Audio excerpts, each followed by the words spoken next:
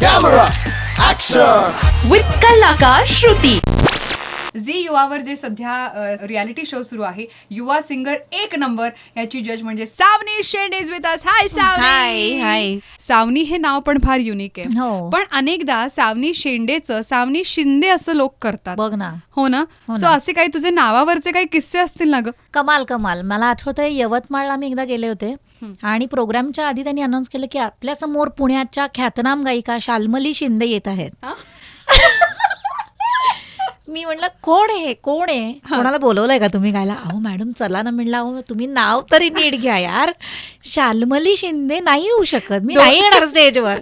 मग म्हणलं म्हणा आधी. त्यांचा रियाज करून घेतला मी आतमध्ये.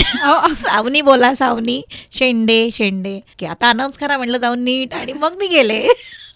US मध्ये तर सवानी संडे म्हणलं नाहीये, सावनी शेंडे सिम्पल आहे. म्हणलं you can do it. Yes you can do it.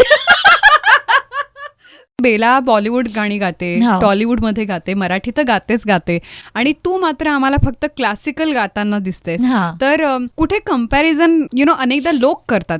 तर तसं काही तुझ्यासोबत झालं कधी? तुझ्या मनात हा नाही विचार आला की आपणही गाऊयात एखाद्या मराठी फिल्मसाठी मी गायली ऑफकोर्स, पण जे टिपिकल प्लेबॅक सिंगिंग जे असतं त्याच्याकरता तुमचा आवाजाचा पोत वेगळा लागतो, एक मेंटॅलिटी वेगळी लागते जी बेलाची किंवा क्लासिकलची जी एक मेंटॅलिटी लागते. मी म्हणलं तसं शिल्प घडवणं अगदी राईट फ्रॉम झिरो. तुम्ही you are the own creator. तर ती एक प्रोसेस आवडते आणि ती बैठकच वेगळी आहे. एक युनिक घर म्हणता येईल आमचं की ज्याच्यामध्ये रात अकेली है हे पण तितकंच अप्रिशिएट होतं जितकं नेहा कैसे लागा हो मोरा हे पण तितक्याच आवडीने ऐकलं जातं. त्यामुळे आम्हाला चॉईस होता प्रत्येकीला की तुम्हाला काय करायचं आयुष्यात, आणि असं निवडायची कधी वेळच आली नाही अगं श्रुती.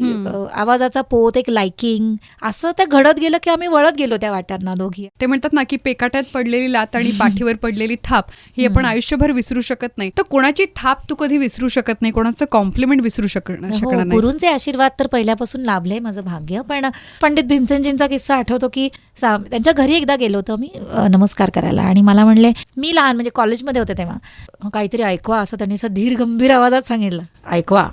आणि मग म्हणलं अरे बापरे, अचानक मी ऐकवू काय तुम्हाला? तंबोरे आणा कोणतरी काळीपातचे असं त्यांनी खूण केली कोणाला तरी. म्हणलं काय ऐकू, काहीतरी नवीन ऐकव.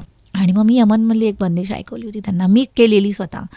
आणि ते म्हणले वा, या वाटेवर चालत राहा, माझे आशीर्वाद आहेत. हे शब्द त्यांचे माझ्यासाठी खूप होते. पण आम्हाला पण ती बंदिश ऐकायला आवडेल. म्हणजे काय? हो.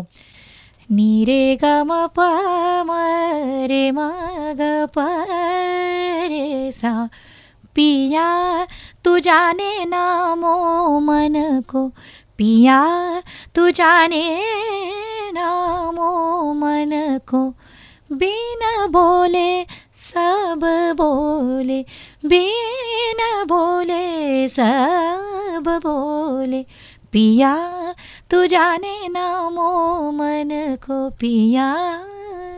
सुरांना कसं नाचवलं जातं ना हे मला असं वाटतं कुठल्याही क्लासिकल सिंगरकडनं शिकायला हवं. तुम्ही नाचवता लिटरली त्या सुरांना की आता मागे, आता पुढे, आता मागे, इकडे बाजूला. तीच तर मजा आहे. जसं सगळ्यांनाच माहिती की बेला जी आहे ती अनेकदा मराठी सिनेमा किंवा बॉलिवूड टॉलिवूडच्या फिल्मसाठी गाणी गाते. तसं तू आम्हाला फार क्वचित अशी गाणी गाताना दिसतेस प्लेबॅक मध्ये.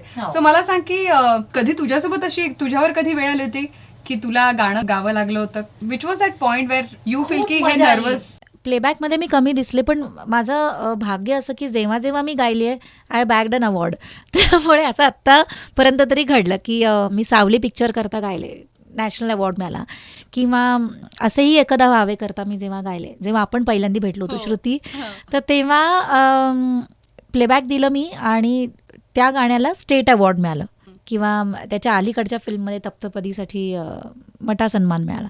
तर जे काय मी सिलेक्टेड वर्क केलं आहे प्लेबॅकसाठी, कारण की एरवी लोक मला समोरासमोर भेटतात मैफिलींमधून, पण असंही एखादा व्हावेचा एक छान किस्सा आहे की अवधूत गुप्तेचं म्युझिक होतं त्याला, आणि छान एक ठुमरी होती त्याच्यात. तर मला म्हणला की ही ठुमरी आहे आणि सगळे एका परफॉर्मन्सला येत आहेत आणि असं शॉर्ट आहेत, आपण एक ठुमरी रेकॉर्ड करूया. इनिशियली आम्ही ती जाऊन रेकॉर्ड केली, मस्त मजा आली.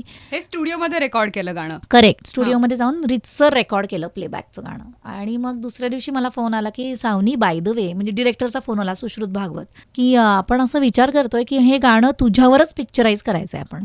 म्हणलं काय? तर म्हणे हो, तूच तुझ्या गाण्यावर लिपसिंग करायचंय. त्यामुळे ही पहिलीच वेळ होती माझी की एरवी आपण कोणाकरता तरी गातो प्लेबॅकसाठी, पण ते गाणं ऑडिटोरियममध्ये जाऊन आम्ही ॲक्च्युअल अशी मैफिल झाली, असं शूट केलं, सगळा ऑडियन्स समोर बसला होता, माझंच गाणं लावलं गेलं होतं मोठ्या स्केलवर आणि मी लिपसिंग करत होते. So this was very unique. आणि कधी कधी ऍक्टर्सना नाही तर सिंगर्सना पण लिपसिंग करावं लागतं बरं का, अशा प्रकारचं. पण आज तुझ्या आयुष्यातल्या त्या बहाण्याने अनेक गोष्टी कळाल्या आणि आम्हाला पण मजा आली ह्या सगळ्या स्टोरीज ऐकून. सो तुला परत एकदा खूप खूप शुभेच्छा आणि thank you so much for coming here आणि टॉकिंग टू अस आणि इतकं जास्त भरभरून बोललीस त्याच्याबद्दल. थँक्यू सो मच, माय प्लेजर. 93.5 बजाते रहो.